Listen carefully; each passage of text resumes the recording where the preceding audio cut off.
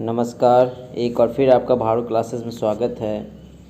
आज हम crop management class 8 का साइंस का टॉपिक है चैप्टर में, जिसमें एक टॉपिक है सॉविंग के बारे में चर्चा करेंगे। सॉविंग यानी कि बीज बोने की प्रक्रिया को ही सॉविंग कहा जाता है। इसके बारे में जानेंगे तो ये क्या है, इसके बारे में डिटेल से सीखेंगे और वन बाय वन करके ध्यान से पढ़ेंगे।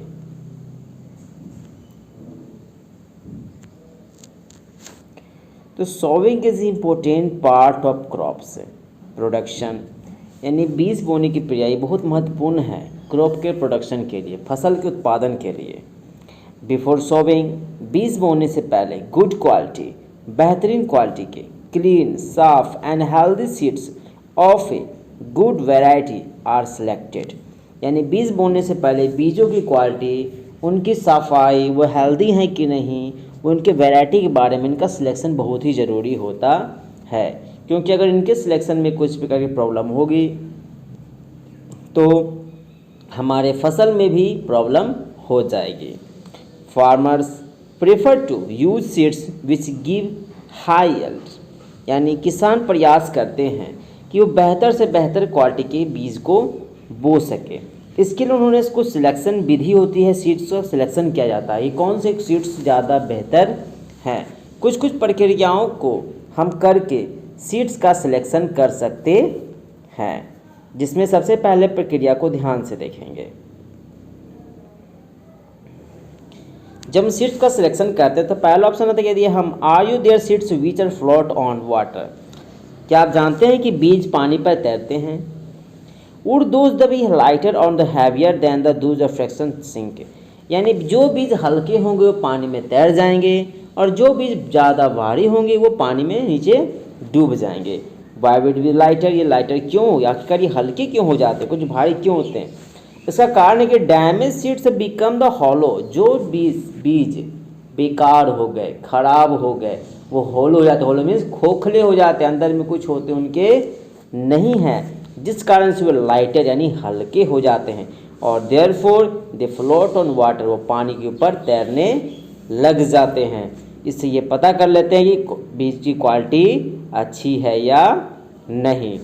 फिर हम जानेंगे कि this is the good method, ये मेथड बहुत अच्छा है। Separate the good healthy seeds from the damage ones, यानी जो खतरनाक, जो खराब बीज हैं, जो डैमेज है, जो बेकार हो गए, उनको अलग करने की सबसे बेहतरीन प्रक्रिया है। Before sowing, the one of the important tasks to about the rubber tools used from the sowing seeds, यानी कहते हैं बिफोर सोविंग, बीज बोने से पहले बहुत सारे इंपॉर्टेंट टास्क हैं, महत्वपूर्ण काम होते हैं जो जरूरी होते हैं। कुछ कुछ टूल्स के किए जाते हैं, यानी कुछ कुछ औजारों का उपयोग करके हम लोग बीज को बोने का काम करते हैं, जिसमें पहला टूल्स आता है ट्रेडिशनल टूल्स। ट्रेडिशनल टूल्स के बारे में जानेंगे। The tool used traditionally for sowing seeds is the shaped like a funnel, यानी इस प्रकार के टूल्स का यूज किए जाते हैं बीज को बोने के, जिसका शेप होता है फ्यूनल की तरह। These seeds are filled into the funnel, बीजों को इस फ्यूनल में डाल दिए जाते हैं and passes down the through 2 or 3 pipe have the sharp end, 2 और 3 पाइपों के द्वारा, जिनका लास्ट पोर्शन, समाप्त अंत का पोर्शन नुकीला होता है, उनसे गुजारा जाता है। This ends the presses into the soil, the plant sits there, और इनके जो अंत होते हैं वो मिट्टी के अंदर होते हैं, जिस कारण से आसानी से चले जाते हैं।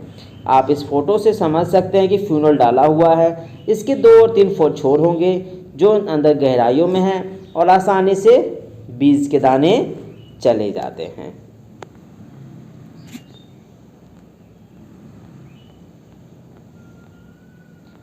उसके बाद आता है नेक्स्ट टॉपिक है सीड ड्रिल, ये विधि से किए जाते हैं सीड ड्रिल।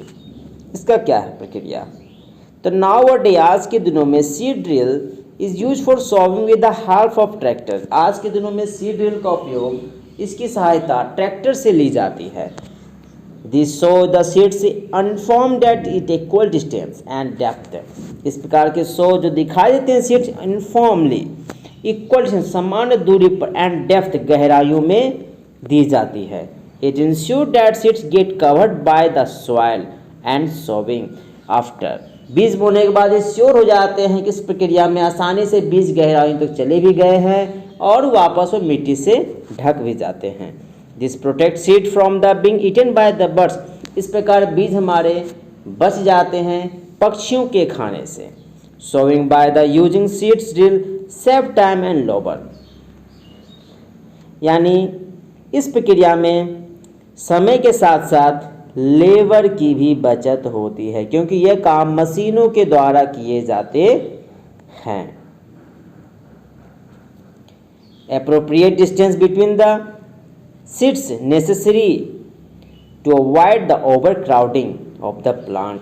और ये जरूरी होता है कि दो बीजों के बीच में दूरी एक नियत रहे। इससे क्या होता है, एक ही जगह पर ज़्यादा पेड़ पौधे नहीं हो। This allow the plant to gets. क्यों ये जरूरी क्यों होते हैं? ये जरूरी इसलिए होते हैं क्योंकि प्लांट्स को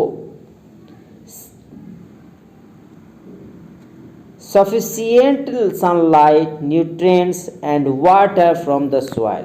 यानी निश्चित मात्रा में सूर्य की रोशनी, पोषक तत्व, जल सभी मिट्टी से ही प्राप्त होते हैं। तो सभी अगर एक ही जगह पे प्लांट रहेंगे तो एक पौधे को ज़्यादा मिलेगा, एक पौधे को कम मिलेंगे। इस कारण से सारे पौधे विकसित नहीं हो पाएंगे। At the time the few plants may have be removed to prevent overcrowding. और कभी कभी ऐसे भी किए जाते हैं जिस जगह पर एक ही पौधे ज़्यादा उगाते हैं वहाँ से कुछ पौधे को रिमूव्ड यानी हटा लिया जाता है, जिससे होती है कि कुछ फसल जो है वो बर्बाद नहीं होती हैं और सभी पौधे समान साइज पर समान न्यूट्रिशन के साथ बड़े हो पाते हैं। आज के लिए धन्यवाद।